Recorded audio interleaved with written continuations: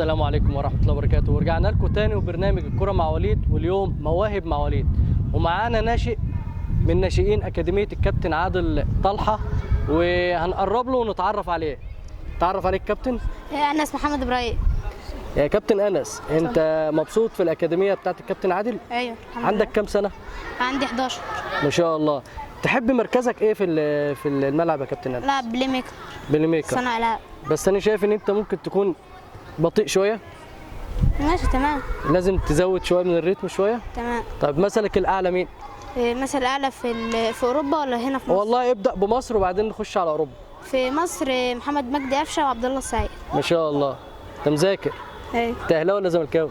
أي فريق لابس 10 ألوان متوحدة أنا ال11 بتاعهم. ما شاء الله، يعني أنت منتخب مصر. إن شاء الله. صح؟ إن شاء الله. بس أكيد عندك ميول يا أنس. يعني النادي الأهلي إن شاء الله. ميولك وتحب تلعب في النادي الأهلي؟ بحب. خلي بالك كل ناشئ زيك كده بيحلم ان هو يلعب في نادي الاهلي، في نادي الزمالك، في نادي الاسماعيلي، كلها انديه كبيره في مصر. تمام. واحنا من صغرنا زيك كده كنا نتمنى نتشرف ان احنا نلعب مع اي نادي كبير. فانت طموحاتك ايه يا انس؟ طموحاتي ان شاء الله ابقى لاعب كرة مشهور، وابقى ابقى شخص ناجح، وابقى حافظ القرآن. ما شاء الله. طب مثلك الاعلى مين؟ كريستيانو رونالدو. وفي حد تاني؟ لا. يعني احنا كلنا عارفين ان معظم ناشئين مصر المثل الاعلى حاليا دلوقتي لكل الناشئين محمد صلاح. نفتخر ان هو ابننا. صح. صح؟ صح. اكيد يعني نفسك تبقى محمد صلاح برضه. اكيد. كريستيانو رونالدو ده ظاهره غريبه، يعني ما نقدرش نختلف عليها. صح. بس احنا بنشجع المنتج المصري بتاعنا. محمد اللي هو صلاح. مين؟ محمد صلاح. طيب هل عندك مواهب اخرى غير الكره؟ ايوه. طب تعرفنا ايه المواهب؟ عندي قراءة قرآن كريم. ما شاء الله. طب سمعنا صوتك الحلو كده. ماشي. أعوذ بالله من الشيطان الرجيم. بسم الله الرحمن الرحيم. يا عبادي الذين آمنوا إن أرضي واسعة فإياي فاعبدون. كل نفس ذائقة الموت. كل نفس ذائقة الموت ثم إلينا ترجعون. صدق الله العظيم. ما شاء الله عليك يا أنس. يعني أنا من خلال أنس واللي أنا شفته من أنس، يا ريت البث يكون دلوقتي جميع مشاهدين أو أولياء الأمور يشوفوا مثل جميل زي أنس. برضو كل الناشئين برضو يحطوا في دماغهم القرآن الكريم أول حاجة المفروض ولي الأمر يعمله مع ابنه، لأن من غير حفظة القرآن الكريم مش هيقدر يكمل ويواصل الحياة الرياضية بتاعته. وأنا يعني من خلال البث ومن خلال برنامجي كرة مع وليد يعني سعيد جدا بتواجد أنس محمد عثمان، ربنا يبارك فيه، ونفسي يكون الناشئين كلهم بنفس القدرة وبنفس الحاجة الحلوة اللي هي حفظة القرآن الكريم. ومن خلال البث بحب أشكر أنس. شكرا. وأتمنى لك كل التوفيق يا أنس، وإن شاء الله هنعمل معاك مداخلة تانية بإذن الله ولقاء، وتكون نجم كبير بإذن الله. إن شاء الله. ربنا يفتح عليك.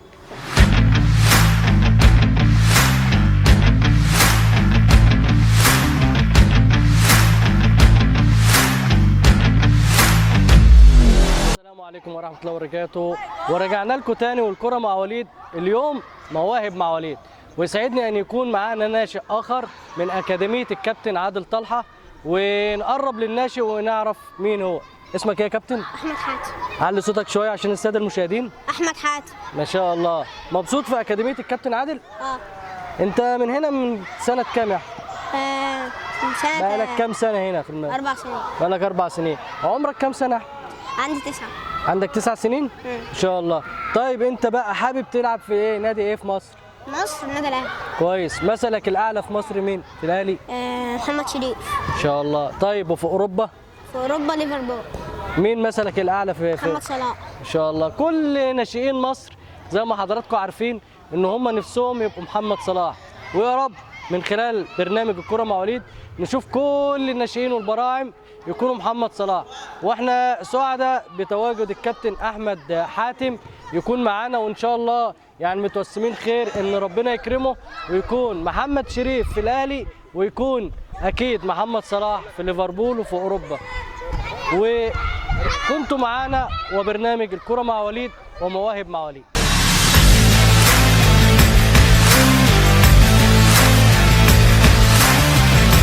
السلام عليكم ورحمة الله وبركاته. ورجعنا لكم تاني وبرنامج الكرة مع وليد، واليوم مواهب مع وليد. وانضم لنا تاني ناشئ من أكاديمية الكابتن عادل طلحة، ونحب نتعرف عليه عن قرب. اسمك ايه يا كابتن؟ حماد اسماعيل مرسي. انت في أكاديمية الكابتن عادل طلحة صح؟ اه. مبسوط في الأكاديمية؟ اه طبعا. طيب انت مركزك ايه يا كابتن محمد؟ على صوتك. ده ار دبل. مركزك في جناح الملعب. يمين، جناح يمين. جناح يمين. طيب انت بتحب تحلم تلعب في نادي ايه؟ يعني مصر. في مصر تحب تلعب في نادي مين؟ الاهلي. الاهلي. وفي اوروبا؟ اوروبا ريال. ريال مدريد. اه. ومثلك الاعلى في مصر مين يا كابتن؟ مثلا الاعلى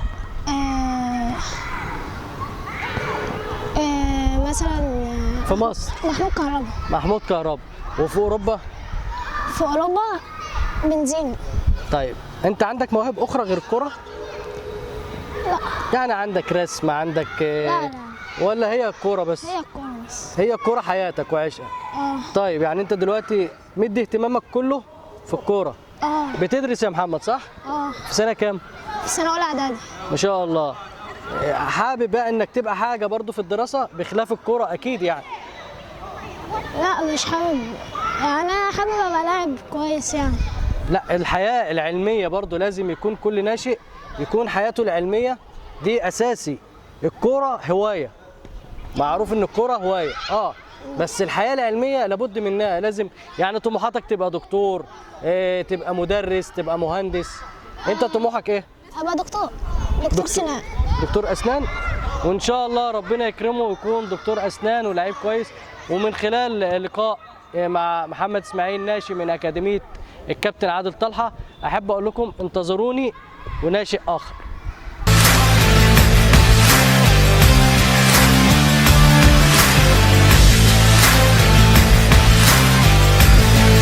السلام عليكم ورحمه الله وبركاته. رجعنا لكم تاني وبس جديد والكره مع وليد، واليوم مواهب مع وليد. ومعانا ناشئ اخر من اكاديميه الكابتن عادل طلحه، ونقرب له ونتعرف عليه. ازيك يا كابتن؟ كويس الحمد لله. اخبارك ايه؟ كويس الحمد لله. نتعرف باسمك كابتن. انا اسمي عبد الله هاشم. ما شاء الله. عندك كام سنه؟ عندي 11 سنه. 11. انت مبسوط في الاكاديميه مع الكابتن عادل؟ اكاديميه جميله. طيب كويس. انت مركزك ايه يا كابتن عبد الله في الملعب؟ انا بلعب خط وسط. تلعب خط وسط. طيب احنا لو قلنا يعني نفسك تلعب في نادي ايه في مصر؟ مصر الزمالك. زملكاوي. كويس. مثلك الاعلى في نادي الزمالك مين؟ زيزو. زيزو. طب لو طلعنا اوروبا؟ برشلونه. ومثلك الاعلى في برشلونه؟ لا قديم بقى. طيب مثلك الاعلى عامه في اوروبا ميسي. مين؟ ميسي. ما شاء الله. انت طموحاتك حلوه، نفسك توصل في الكوره؟ نفسي. طيب نبدا حاجه تانية، ننقل على حاجه تانية. الحياه العلميه، نفسك تبقى ايه في الحياه العلميه؟ انا عالم فلك. عالم فلك. ما شاء الله، ده حاجه كبيره قوي وحاجه جامده قوي. بحبه. حابب عالم الفلك. نفسك تبقى واصل لعالم، تبقى عالم في عالم الفلك. ما شاء الله. طيب يعني انت عندك موهبه انك تبقى عالم فلك ان شاء الله. كويس. ان شاء الله. ربنا يكرمك. ومن خلال البث وبرنامج الكرة مع وليد، وانتظروني وناشئ اخر.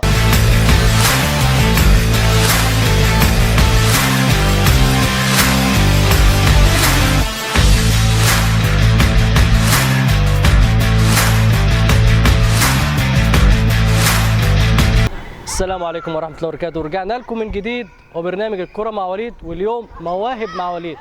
ومن خلال أكاديمية الكابتن عادل طلحة يسعدني ويشرفني يكون معانا ناشئ جديد من أكاديمية الكابتن عادل طلحة. ازيك يا كابتن؟ الحمد لله. اخبارك ايه؟ نحب نتعرفك عليك يا كابتن. اسمك؟ عبد الله السيد احمد. كويس. انت في الأكاديمية بتاعت الكابتن عادل بقالك قد ايه؟ انا اول ما هو بدا انا عندي. يعني بقالك سنتين ثلاثة؟ طيب كويس. عندك كام سنة يا كابتن عبد الله؟ انا داخل على 11. داخل عندك 11 سنة. طيب انت مركزك ايه في الملعب يا كابتن؟ انا صانع العاب او باك. كويس. يعني بتميل لمركزين. كويس. بتجيد فيهم؟ كويس. طيب انت لو حبيت بتحب نادي ايه في مصر؟ انا الاهلي. اهلي. مثلك الاعلى في الاهلي مين؟ انا هو محمد شريف وحسين شحات. كويس، ده في الاهلي. طب في اوروبا محمد صلاح. نادي ايه بقى تحب تلعب فيه؟ ليفربول. ولا ريال مدريد ولا بايرن ميونخ؟ انت عندك برضه، عندك اكيد انديه كتيره، اشمعنى بالاخص محمد صلاح وبالاخص ليفربول؟ عشان انا بحبه. وانت عندك ميسي وعندك رونالدو. هو محمد صلاح؟ ليه؟ انا بحبه ومتعود عليه كده. عشان محمد ابن بلدنا. ودايما نشجع ابن بلدنا ونفسنا نكونوا زي ابن مين؟ بلدي.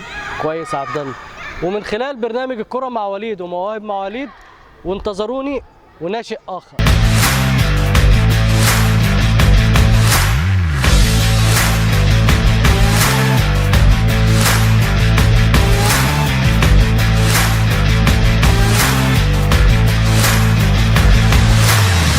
السلام عليكم ورحمة الله وبركاته.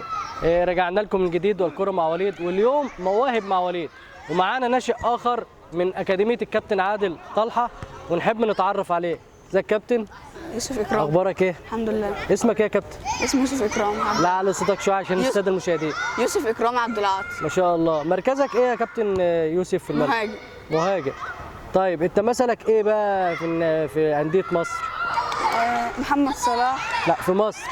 في مصر. تحب تلعب في نادي إيه في مصر؟ الأهلي. كويس. مثلك الأعلى في النادي الأهلي؟ محمد مجدي قفشة. أنا عايزك تعلي صوتك شوية. محمد مجدي قفشة. كويس. وحسين الشحات. كويس. وفي أوروبا تحب تلعب مع مين؟ مع مثلك يبقى نفسك تلعب في نادي ايه؟ ليفربول. ومثلك الاعلى في ليفربول؟ محمد صلاح. كويس. في حد تاني؟ كريستيانو رونالدو ميسي مبابي؟ لا. هو بس محمد صلاح؟ ليه اخترت محمد صلاح انك نفسك تبقى زيه؟ لأنه هو ابن بلدي. ما شاء الله، يعني انت قلبا وقالبا مع محمد صلاح عشان ابن بلدي، صح؟ صح. ماشي.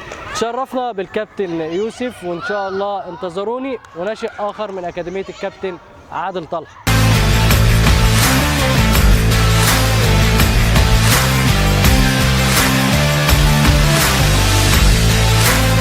السلام عليكم ورحمه الله وبركاته، ورجعنا لكم تاني وبس جديد والكره مع وليد، واليوم مواهب مع وليد، ويسعدنا يكون معانا ناشئ جديد من اكاديميه الكابتن عادل طلحه ونتعرف عليه عن قرب. ازيك يا كابتن؟ الحمد لله. اخبارك ايه؟ كويس.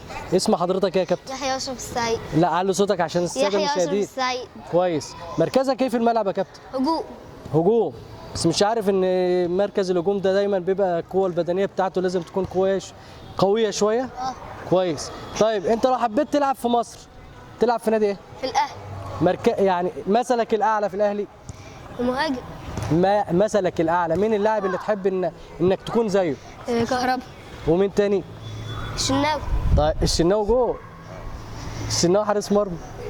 طب كهربا انت راس حربه، مين تاني؟ الشحات. طيب تمام. طب لو طلعنا اوروبا يا كابتن؟ السيتي. مانشستر سيتي. طيب مثلك الاعلى اوروبا؟ امبابي. امبابي. كويس. ليه ما قلتش مثلا رونالدو محمد صلاح ابننا؟ بالنسبه لي امبابي احسن لاعب في العالم.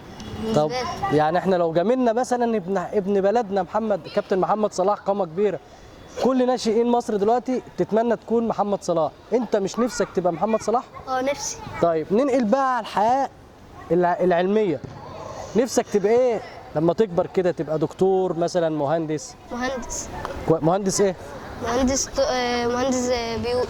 مهندس معماري. كويس والله.